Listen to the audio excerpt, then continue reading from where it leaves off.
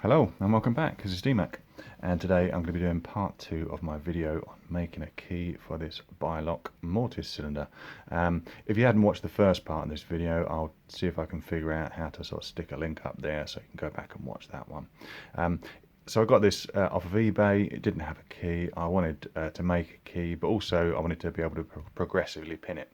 And you need to either pick it or to have a key to remove the plug in order to progressively pin it. So what I did is I contacted the seller.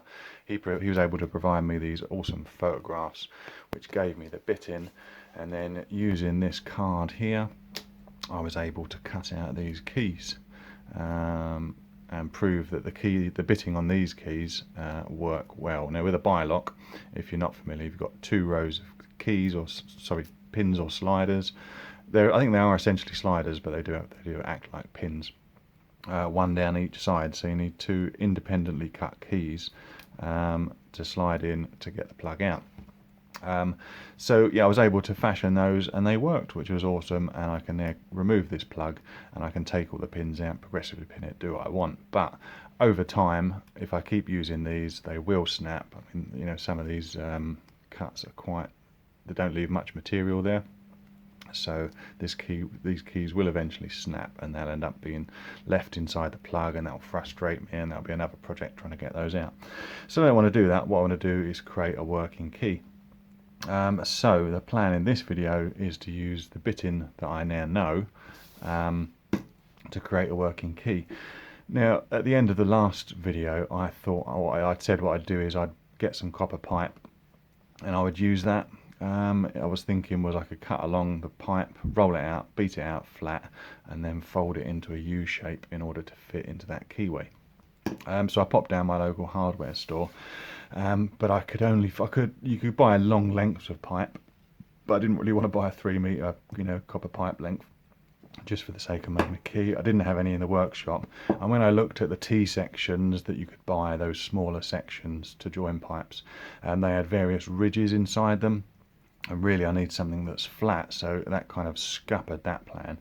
But what I thought is I'll have a look in the workshop, and I've got a little box like this. I'm sure a lot of us have got little boxes like this, dusty boxes sitting in the workshop, which are full of brackets that you don't really know perhaps what they do, what they're for anymore, but will come in really useful one day, and that day is probably the day you throw them away. Anyway, when I was looking in here, I found this bit of metal here, and I think this might be a good candidate to do it. Now it's quite a soft metal, I can just bend that with my fingers, but I think it should be easy to cut and work and cut that bitting into. So I'm going to opt for this for our Bilock key. So what we're going to do is we're going to utilise that fold that's already in it, and that will become the bottom of the keyway. So all I need to do is just fold this flat, and then that will make our key. So the first stage I'm going to dump out all of the pins from this, so I've just got an empty plug, and that gives me something that I can use to test fit. So initially this will be bent in 2. I'll then cut and shape it so that, without doing the bitting, I'll just cut and shape it so I've got this section and then a flat section there that's at the right length and the right height in a U shape. And when that can slide in and out of this plug, we know that we've got it to fit, and then the second stage will be cutting the bitting. Now I don't think that cutting the bitting is going to be very easy to do. I think it's going to be quite a difficult job. So what I'm going to do now is go over to the workshop. We'll switch to a montage. I think this is going to take me quite a while to make, so I don't want to film all of that, but I'm going to do a very edited version to get us to the key shape, and then we can have a look at the bitting and see how we're going to do that. So I'll see you over at the workshop.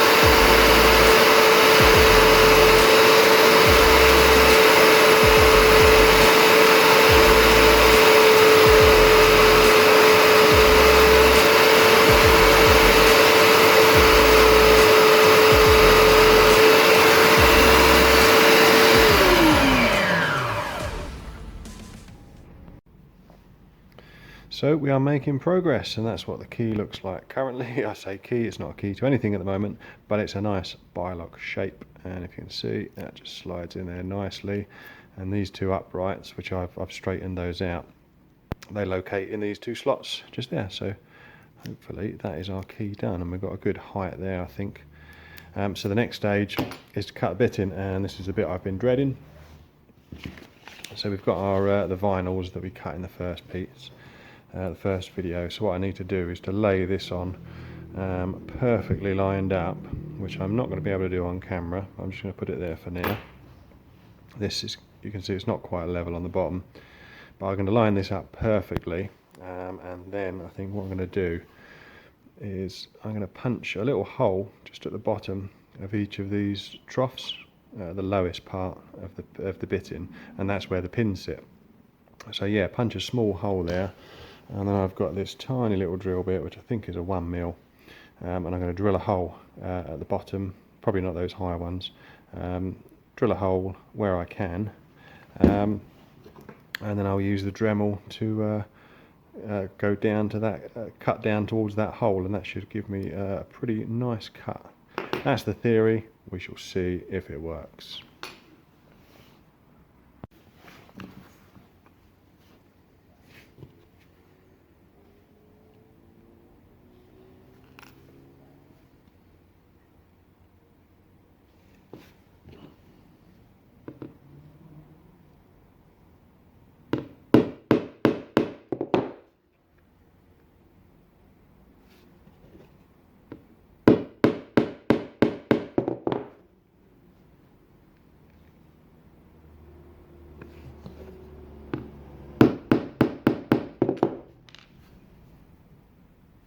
I think that one there on the end's a little bit high, but I'd rather err on the side of caution because I can always fold down into that. So that's a start anyway, so I'm going to get this into the vise and make some holes. Definitely not the easiest thing to do through a camera lens, but let's give this a go.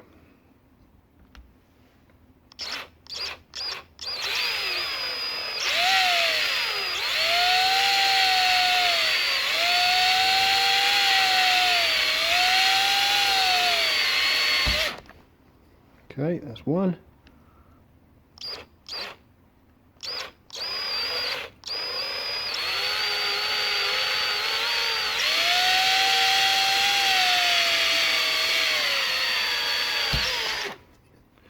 Doesn't look too bad actually. We've got a little bit of material to take out there, but that should be easy enough to do. Alright, I'm going to drill the rest of these, and then I'm going to grab the Dremel and we can start making these cuts.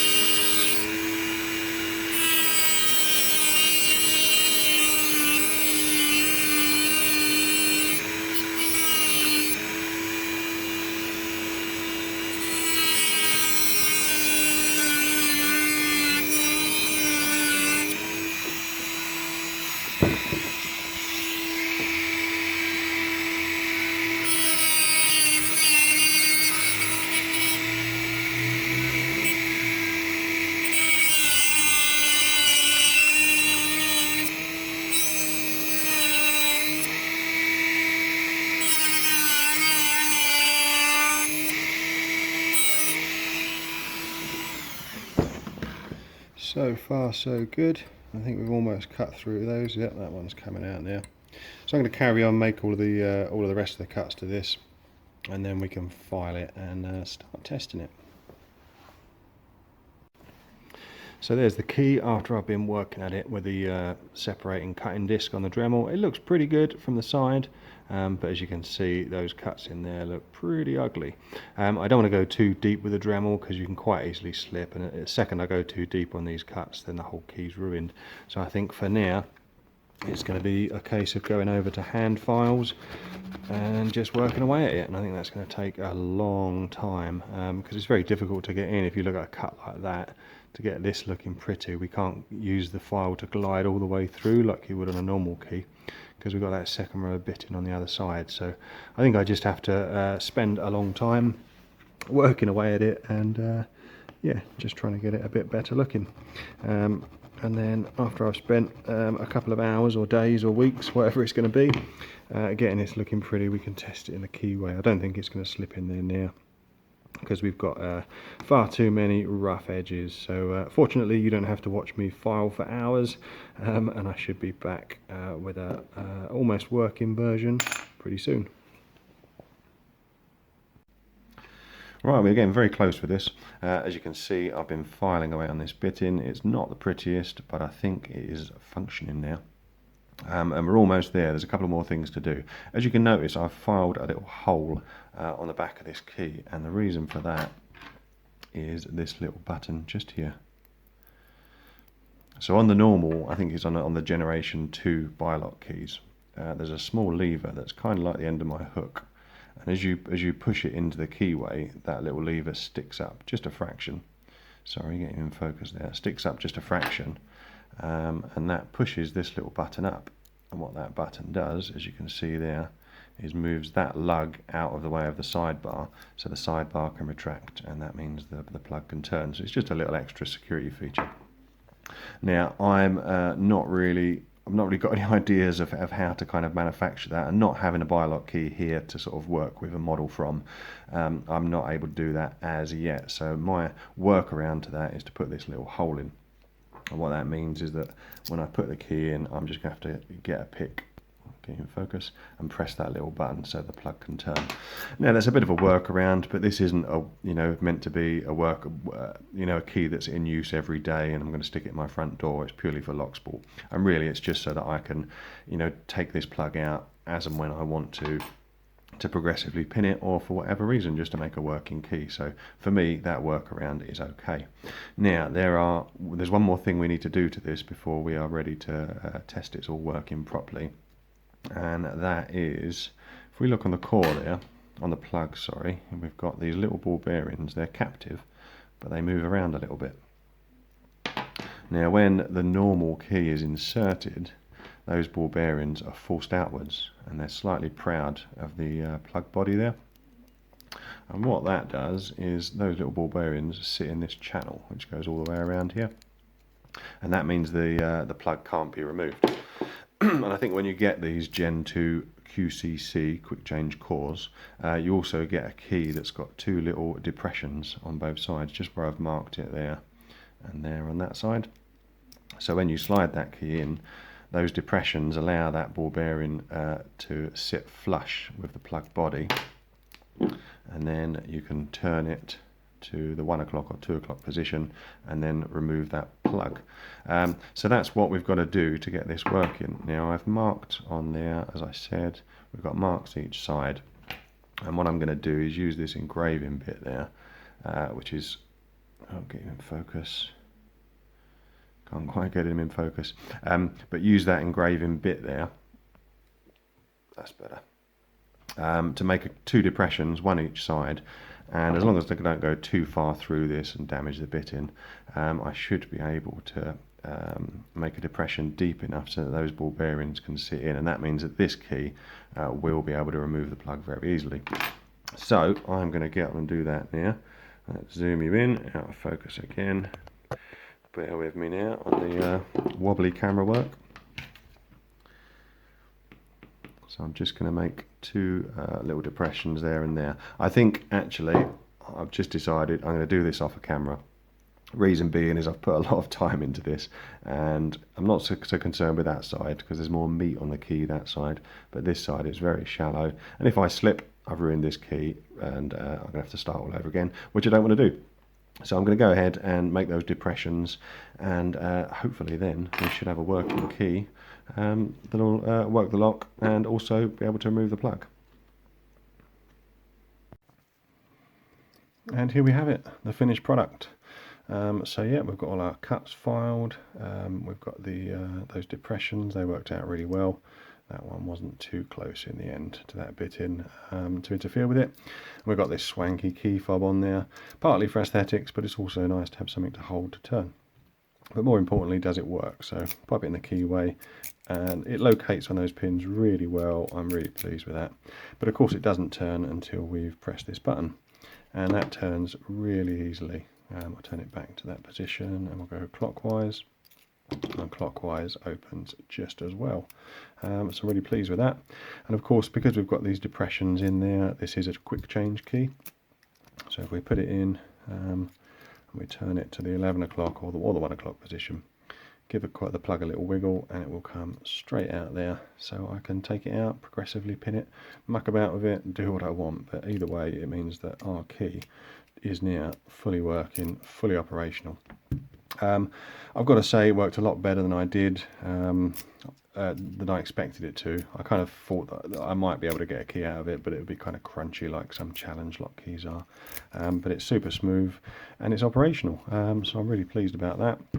I think when I started the project, going from the photographs, initially I was just going to do the credit card style key, just so I could get the plug out and progressively pin it. But as it turned out, I'm glad I went the extra step and made the actual key, because this is fully functional and works a treat. So yeah, really pleased about that. I hope you've enjoyed watching. I've certainly enjoyed this project, enjoyed making it, and I've come out with a good result. I'll pop a little link up there if you'd like to subscribe. It's always appreciated. And yeah, thanks for watching. Bye for now.